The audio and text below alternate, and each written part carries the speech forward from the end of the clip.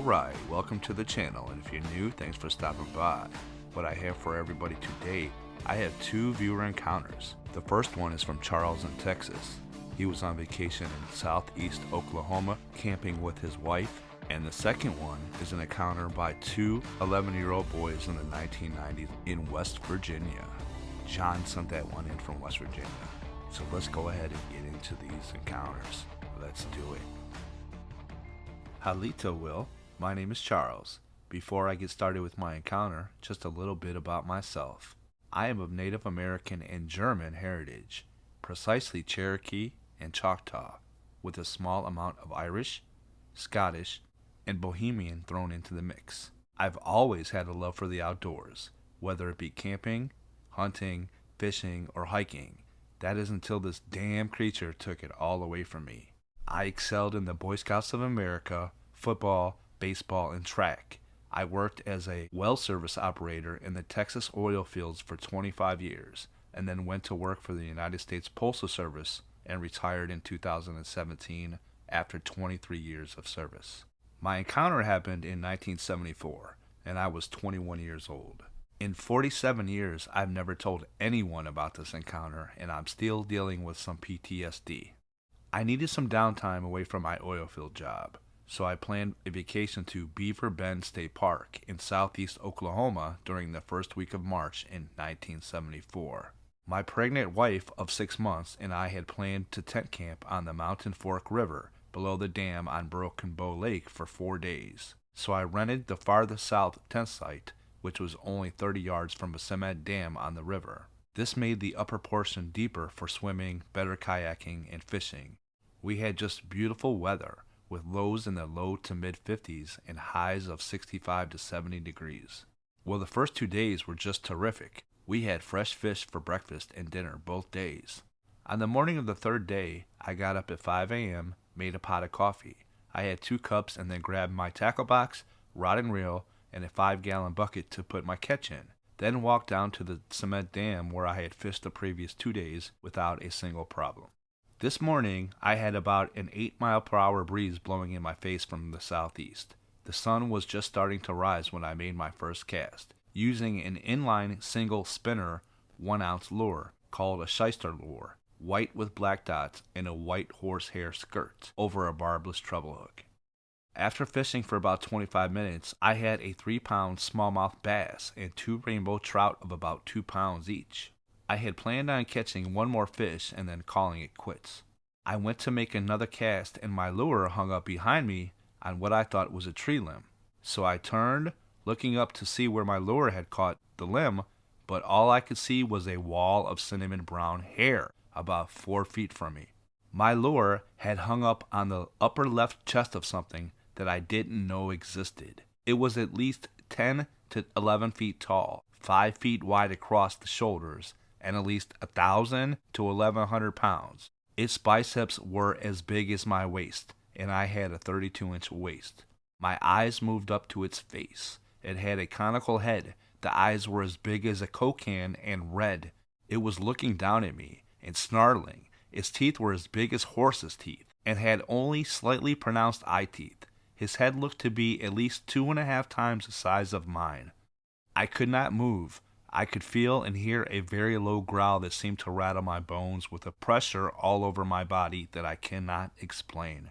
At this moment, I truly believed that my life was over. I couldn't speak or scream, but I remember thinking, "Oh my God, I am so sorry for hurting you." Then, like turning off a light switch, everything went black, and I passed out. I believe that was about 6:30 a.m. When I woke up, my watch read 7 a.m. I felt drained of energy, and I had a terrible headache. I sat up looking around and saw that my tackle box had been smashed flat. My rod was broken into 4 pieces, and the 3 fish that I had caught were taken out of my bucket. After regaining my composure, I found 2 footprints where the huge beast had been standing. I had a measuring tape, so I measured both prints at 22.5 inches long, 10 inches across the ball of the foot, and 7 inches across the heel.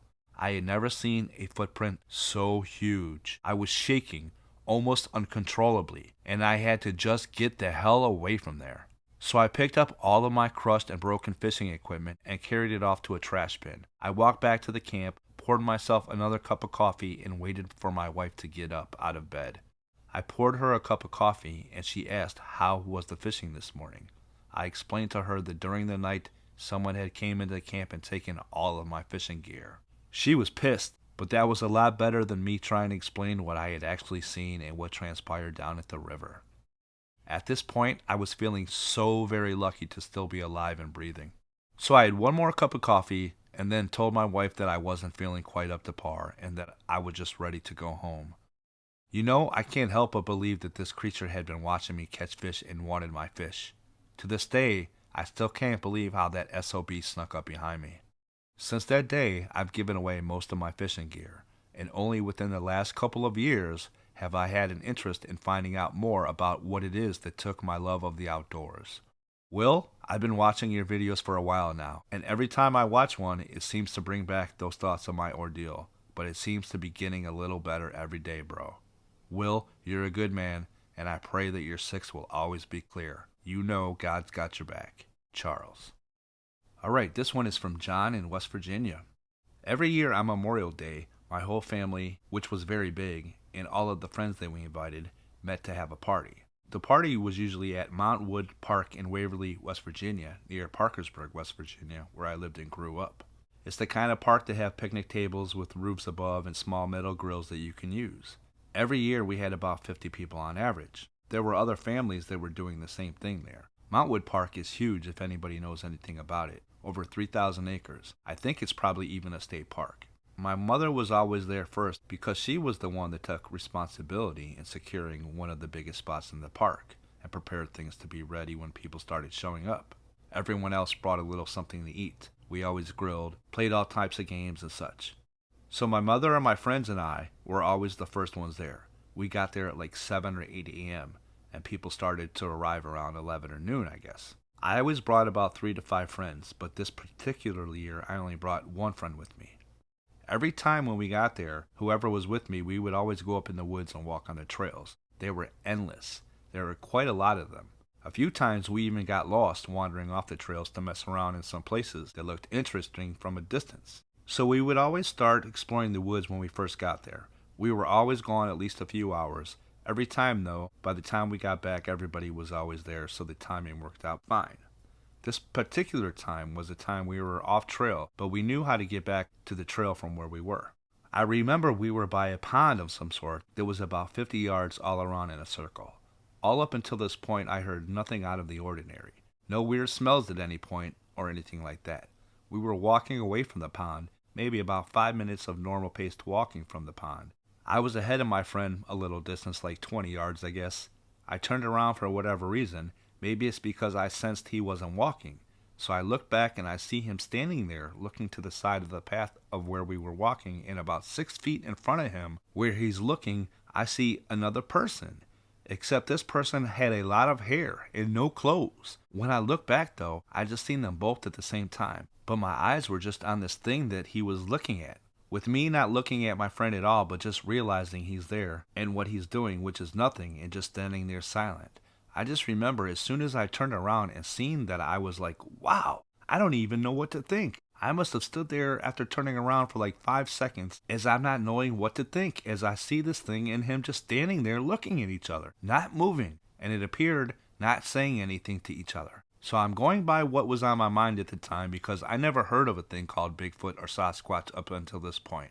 I did watch the 1960s version of the Planet of the Apes on cable before, and that's what really I was thinking about through this whole thing.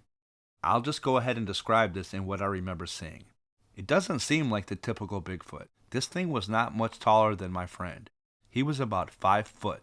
It had really light brown hair all over. Its eyes looked all brown. No hair on the face, but the face was weird looking. Not like an ape or a human, but more human than anything else. Just a different kind of human face that I had never seen. I did notice his whole chest area had much thinner hair than the rest of the body, and the skin under the hair was a different shade of brown, it looked like. I don't remember anything about the feet or seeing them. So I was stunned on what I was seeing, but not afraid at all. I started slowly walking towards them after the 5-second pause. As I took maybe 1 or 2 steps towards the ape, the thing moved its whole upper body like from waist up to me to look at me. It's like it had no neck at all. As soon as that happened, I was a bit more stunned after seeing its face clearly, and I remember as soon as it looked at me, I stopped. It was just looking at me with no facial expression. That must have lasted for a few seconds. It turned to look back at my friend, while I'm still not moving. And it did just seem like everything was really quiet all around us. Maybe like 5 seconds after he was looking back at my friend, there was a really weird loud yell out of nowhere that lasted for like 5 seconds. It seemed like it was from around the pond area thinking about it after the fact. The only funny thing about this day looking back now is once that yell started happening, like a half a second as soon as it started, we all jumped, including whatever this creature was. And it's like as soon as it jumped from the yell, it took off incredibly fast towards the yell, without no hesitation at all. So as soon as it took off, maybe 2 seconds after that, my friend started running towards me looking scared. I was scared too. That yell sounded like the scariest monster imaginable could have made. As soon as he caught up to me, we both pretty much ran as fast as we could. The only thing is we couldn't go back the way we came because the trail was going towards where the creature was. We were just trying to get as far away from that yell as we could. We finally found a trail. We stopped a handful of times catching breath. One of those times we briefly talked about what had happened. We were just trying to get out of the woods. After an hour of running with a handful of 1-minute breaks, we were finally able to come out of the woods on a part of the park. We felt like we had made it to safety. There wasn't many people around where we were, but there were at least some here and there from a distance. We then kind of got back to normal and walked normal as we tried to find where my family and friends were located. We talked about how scary that yell was and what it could have been. I remember asking him what exactly happened to lead up to the situation of standing 6 feet apart from each other looking at each other. He said he heard walking for like a half a minute. Every time he looked to see what it was, which was like a few times, he saw and heard nothing. Last time he looked, he said whatever it was behind the tree next to him, so he stopped and just looked at the tree. Then he seen this creature peeking out to look at him from the side. So it had its face halfway out from the tree. He said something like, "Hey, how are you doing?" in a cool, calm voice. It then slowly came out and just stood in front of him, looking at him. He said it didn't make a sound, but he wasn't afraid of it either. He said he sensed it had good intentions, basically. He felt like it might have wanted to be friends. Of course, as we got out of there, he didn't give me these exact details, just the shorter version. As time went on in our lives, we talked about it more. We talked about that day at least once a year for many years. We told other friends of ours about the whole thing. They all acted like they believed us. Some probably did. I did sense that others thought we maybe had been joking or something. I guess it's not an easy story to believe. These days it is though, especially since I never really heard of Bigfoot sightings in West Virginia. Maybe in the 2000s there has been some. I guess many just keep what they know quiet because no one will believe it. Might make you sound like a fool to speak of it. I understand that. I know in the late 90s, internet wasn't really a huge thing, especially for someone my age. No one really had cell phones. If they did, they were flip phones. Pictures and videos just weren't happening. I just didn't know about Bigfoot until that encounter, basically gradually gathering facts on what happened that day. We assume 99.9% that's exactly what we dealt with that day, was a Bigfoot or a Sasquatch. We assume the one we seen must have been a juvenile or a young one, and the loud one must have been a parent. That was the scariest yell I ever heard. I'm surprised I didn't get nightmares for the rest of my life over it, or my friend. The yell was the only negative thing about that whole situation. Maybe if we had seen what had made the noise, it would have been a whole new story. I know just hearing it scared the heck out of us enough to run scared over an hour to get out of the woods. I heard similar noises hearing all the Bigfoot sounds people had been able to record over the years. I'm pretty positive it was, in fact, a Bigfoot that yelled. Then we made our way back to the few picnic tables where some of the family and friends were. First thing I did was start to tell my mom all about what had just happened. As I'm telling her everything, she's just moving things around on a table like organizing food that people had just brought. And she's just like, really? Oh yeah? Like she didn't take it serious at all. It's as if she just assumed I'm a young kid and we just imagine things. My friend was next to me like, yeah, here and there as I told her. It went in one ear and out the other with her. I remember asking her when I was an adult if she remembered me telling her about that. She didn't. I told her the whole story. She listened.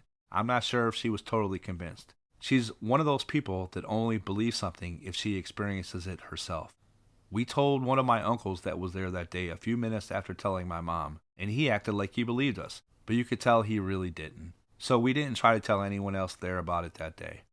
Anyway, that concludes my encounter. Have a good one. John from West Virginia. Alright, so there it is. What do you folks think about that?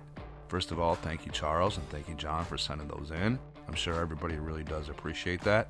And if anybody else out there has an encounter they would like to share, please feel free to email it to me at WILLSTARBIGFOOT@AOL.com. So if you guys like the video, make sure you do me a favor and hit that like button. It really does help the video. And if you folks are new to the channel and this is your first time seeing it, how about subscribing? I'd appreciate it.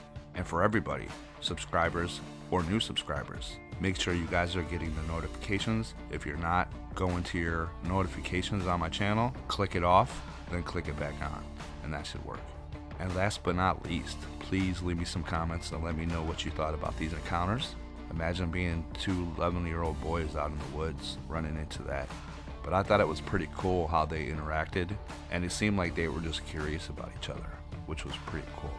That's where we're going to leave it. Always remember, where there is a Willstar, there is definitely a way. Willstar out.